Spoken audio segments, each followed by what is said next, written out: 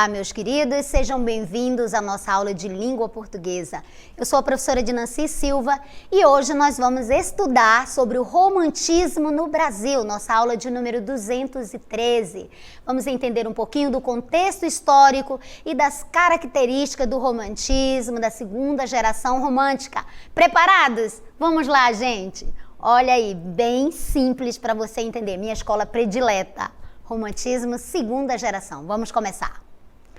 A segunda geração romântica. Você já aprendeu sobre a primeira, já entende qual é a característica da primeira geração, que ela é indianista, ela é nacionalista, correto? Ela exalta a natureza, exalta as nossas belezas, né? O nosso índio. Muito bem.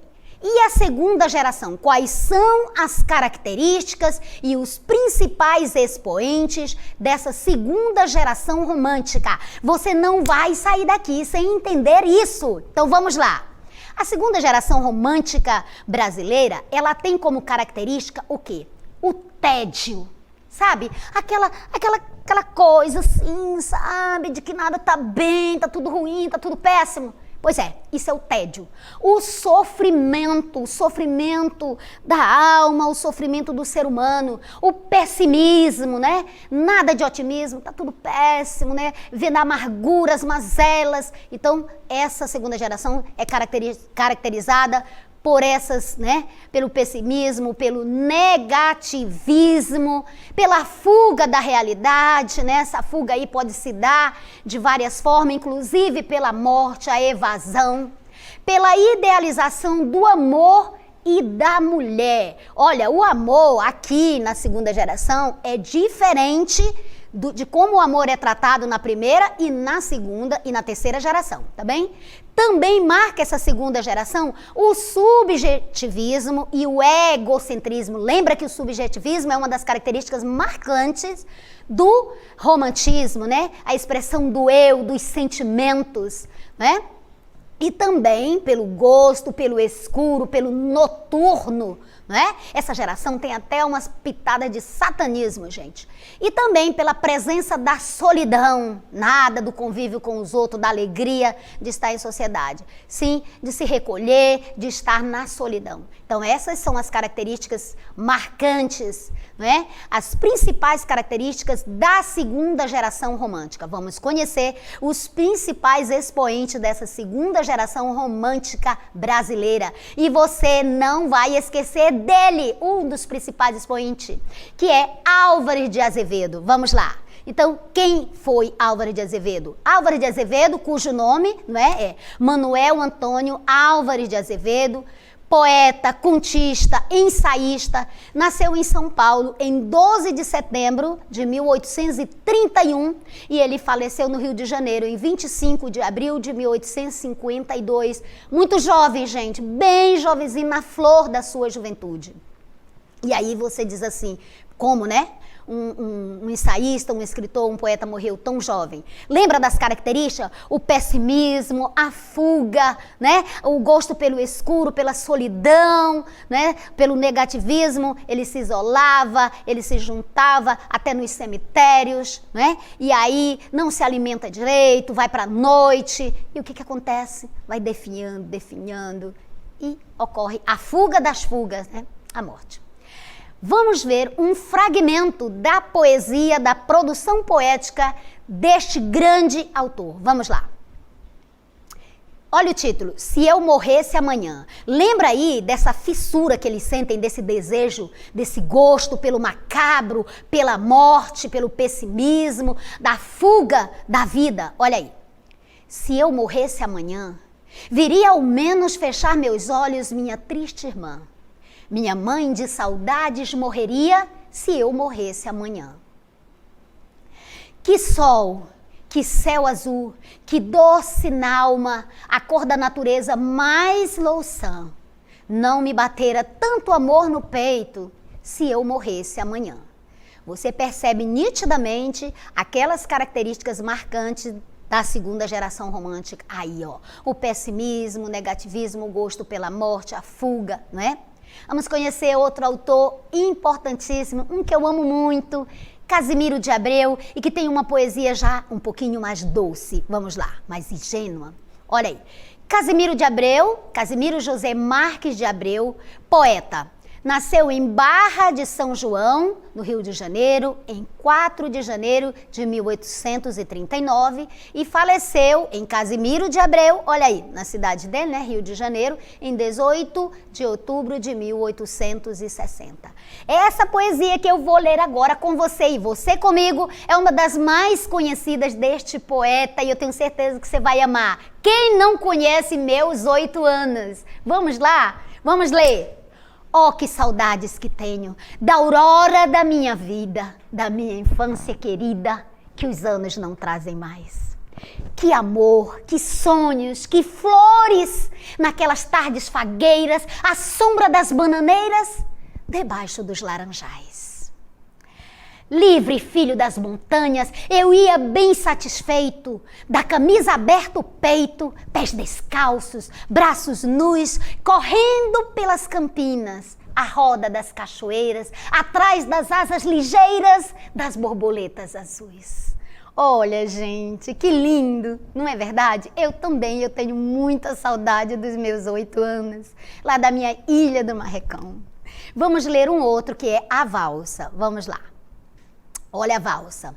Tu ontem, na dança que cansa, voavas com as faces em rosas formosas, de vivo lascívio carmim. Na valsa tão falsa, corrias, fugias, ardente, contente, tranquila, serena, sem pena de mim. Quem dera que sintas as dores de amores que louco senti. Quem dera que sintas. Não negues, não mintas, eu vi. Olha, gente, que doçura de poema romântico, né? Isso aí tratando do sentimento amoroso, do sentimento mais importante do ser humano, que é o amor. Vamos conhecer Fagundes Varela.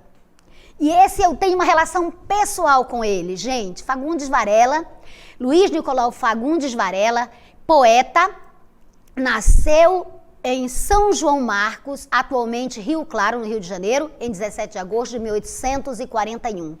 E faleceu em Niterói, Rio de Janeiro, em 17 de fevereiro de 1875. Fagundes Varela teve uma experiência extremamente dolorida para o ser humano, que é perder um filho. Seu filho de 11 meses faleceu. E o poeta sentiu tanto essa dor, foi tão dolorido, foi tão profunda a dor na alma que ele sentiu, que ele construiu, ele elaborou uma ode, chama-se Cântico do Calvário. E eu vou pedir licença a vocês, porque ela toca profundamente a minha alma.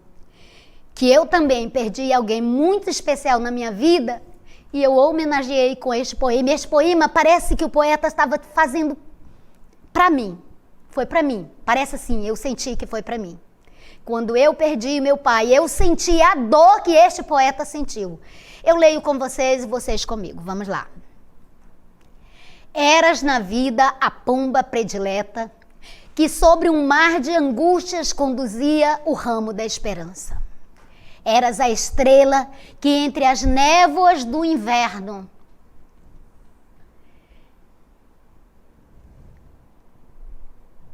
eu vou continuar. Eras na vida a pomba predileta, que sobre um mar de angústias conduzia o ramo da esperança. Eras a estrela que entre as névoas do inverno cintilava, apontando o caminho ao pegureiro.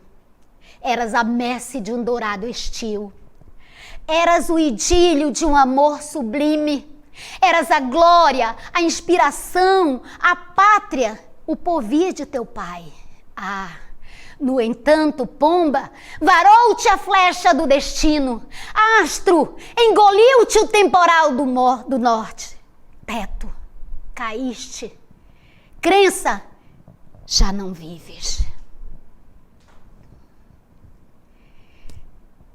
Este poema fala da dor que o poeta sentiu quando ele perdeu o seu filho. E agora nós vamos conhecer outro poeta importantíssimo, que é Junqueira Freire. Vamos lá. Então, Junqueira Freire, cujo nome é Luiz José Junqueira Freire, Ele era um monge beneditino, um sacerdote e também poeta. Nasceu em Salvador, na Bahia, em 31 de dezembro de 1832 e faleceu na mesma cidade, em 24 de junho de 1855. Vamos conhecer um fragmento da sua produção poética. Vamos lá. Ele escreveu: Meu filho no claustro. Lembra? Claustro, o que te lembra? Ele era um sacerdote, correto? Um monge. Então vamos lá. Eu não sou tua mãe que te preza. Eu não sou tua mãe que te preza. Tu não vês meus cuidados maternos e me escondes as dores que sentes? Não sei eu os teus desgostos internos. Eu te disse, meu filho, eu te disse que jamais se apartasses de mim. Tu quiseste, meu filho, tu foste. Tu agora padeces assim. Tu deixaste meu seio materno, tu deixaste teu pai tão doente. Vê teu pai como, gasto de angústias, chora e geme, perdido e demente. Tu deixaste os lugares da infância, mas as flores do nosso jardim já não brotam, não cheiram as flores, já não deitam perfumes assim. Então, este poema revela traços, né, dessa produção poética de Junqueira Freire, né, Meu filho no claustro, já que ele era monge. Portanto, meus queridos, agora nós vamos para a nossa DLI. Espero que você tenha gostado, tenha aprendido sobre a segunda geração romântica, tenha compreendido sobre as características, né? Esse sentimentalismo exacerbado, né? Esse ultra-romantismo, essa geração que é considerada, né, por alguns, a geração mal do século, por conta desse pessimismo, e também é conhecida como a geração byroniana, porque tem características de Byron, né? Traz essa filiação a Lord Byron, da Inglaterra, poeta romântico de lá. Espero que você tenha gostado, entendido, compreendido, porque a poesia dessa segunda geração se difere tanto da primeira quanto da terceira geração por conta destas marcas do sentimentalismo exacerbado, do egocentrismo, não é? Desse pessimismo, dessa visão pessimista da vida, dessa solidão, desta fuga da realidade, correto? E os principais autores, entre eles o Fagundes Varela, que mexe, né, profundamente com a minha alma, né, quando ele descreve esse sentimento, essa dor tão profunda que ele sentiu com a partida de seu filho de apenas 11 meses, e, né, que ele homenageou com essa ode chamada Cântico do Calvário. E os demais poetas, né, o que é mais suave, que é o Casimiro de Abreu. Então, você conheceu aqui os principais poetas e agora nós vamos exercitar. Vamos lá? Olha aí, eu tenho duas questõezinhas para você e a primeira é a seguinte, vamos lá.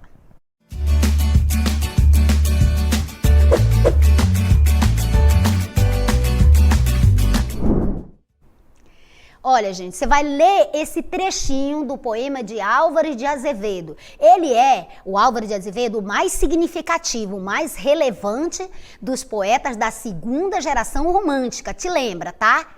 Então, você vai ler esse trecho desse poema para responder essa nossa questão. Olha aí, eu vou ler com você. Vamos lá. Pode ser? Vamos ler? Quando em meu peito rebentar-se a fibra que o espírito enlaçador vivente, não derramem por mim nenhuma lágrima em pálpebra temente. E nem desfolhem na matéria impura a flor do vale que adormece ao vento. Não quero que uma gota de alegria se cale por meu triste passamento.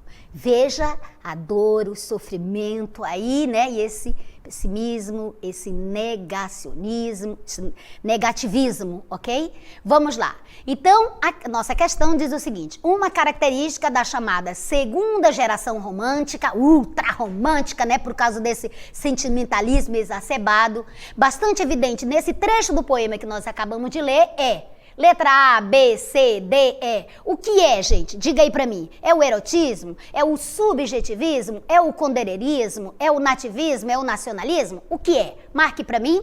Segunda questão diz assim: assinale a opção cujo enunciado não se aplica a Álvares de Azevedo. Veja, eu quero aquilo que não diz respeito a ele. Então você vai ler as alternativas de A a E e vai verificar o que não se aplica a Álvares de Azevedo e assinalar para mim. Bom trabalho, eu volto já já para conferir esse trabalho de você.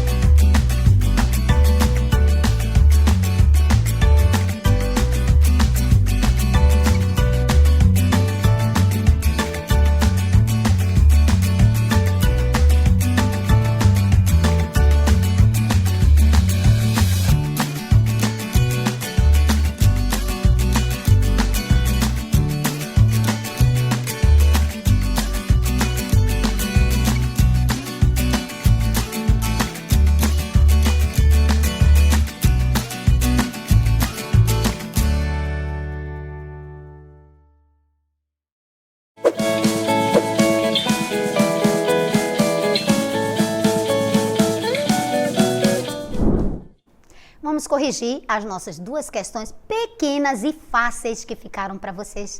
Vamos lá então, na primeira nós temos assim: leia trecho do poema de Álvares de Azevedo para responder a questão. Então eu tenho um trechinho aí do poema de Álvares de Azevedo e nós vamos perceber característica dessa produção poética. Diz assim: quando em meu peito rebentar-se a fibra, que o espírito enlaça a dor vivente, não derramem por mim nenhuma lágrima em pálpebra demente.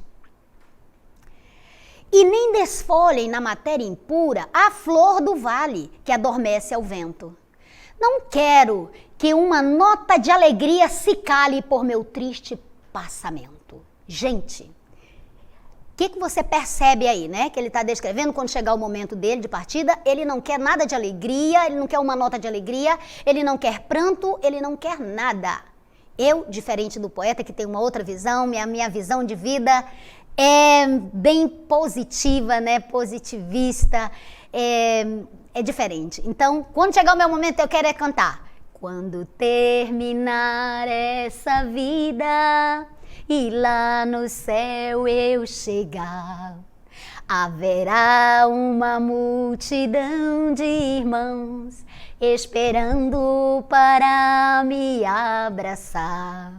E perguntarão a uma voz, voltados para mim, ó, conta-nos como você, irmã, venceu e chegou aqui. Olha que lindo, eu quero muita alegria quando chegar o meu momento. Já disse para toda a minha parentela, quando chegar o meu momento eu quero festa, eu quero alegria. E se quiser derramar algumas lágrimas, né, pode ficar à vontade, mas eu estarei, tenho certeza disso, sendo recebida com muita alegria.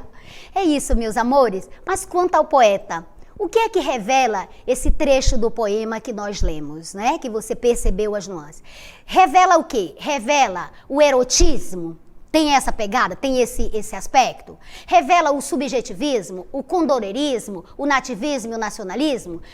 Nacionalismo não pode ser, nativismo também não, e condorerismo não, porque nem tratamos disso. Então, parabéns para você que certamente assinalou a letra B, o subjetivismo, a expressão do eu, né? Nos sentimentos do poeta em relação à perspectiva dele, como ele vê a vida, como ele vê a morte, né? É isso que ele passou. No poema dele se vê a visão pessoal dele de vida e de morte. Então eu deixo o gabarito aí com você, rapidamente, para você entender. Muito bem. E agora nós vamos para a questão de número 2, que diz assim. Olha aí, a questão de número 2, assinale a opção cujo enunciado, nós temos 5 enunciados, e um deles não se aplica a Álvares de Azevedo. Então, vamos lá, vamos ler os enunciados. A letra A diz assim: a rota do amor é constante, embora o horizonte último não seja Eros, mas a morte. Não é esta, gente. Esta aqui, né, ela se aplica. Então, nós queremos aqui não se aplica a Álvares de Azevedo. Então vamos lá, Rota do Amor, lembra que ele fala lá? Ele fala do amor, tem poema dele que fala que ele não teve nem o prazer de ver uma virgem o beijar, né? E assim vai. Letra B, em vários níveis se podem apreender as tendências que apresentava para a evasão e para o sonho. Nós vimos isso, a evasão, né, o sonho, nós vimos isso nas obras dele, nesse poema. Agora nós vemos, quando ele fala da morte, essa evasão aí, a fuga, né, para a fuga das fugas, que é a morte. Vamos para a letra C. E a letra C diz o seguinte: a ideia da bondade natural dos primitivos habitantes do Brasil serviu de base para a sua poesia de cunho americanista. Não, amores, essa não se aplica a Álvares de Azevedo, portanto, assinalamos a letra C, né? Bondade natural dos primitivos eram os índios, e aqui se fala exatamente da primeira geração, né, indianista, nacionalista, então essa aqui não se aplica. Letra D, também não. A boêmia espiritual correspondem a algumas tendências liberais e anarquistas, todas de fundo romântico, essa, né, diz respeito para ele, mas nós queremos aqui não se aplica, que é a letra C. Certo? Então, a letra C não diz respeito, e aí está o gabarito para você. Muito bem, espero que você tenha gostado da nossa aula e tenha, sobretudo, aprendido, compreendido as características da segunda geração romântica, seus principais expoentes. Esses dois aspectos você não pode sair daqui sem ter aprendido. Bom estar aqui com vocês, amores. Nos encontramos numa próxima aula e eu estou indo. Tchau, tchau.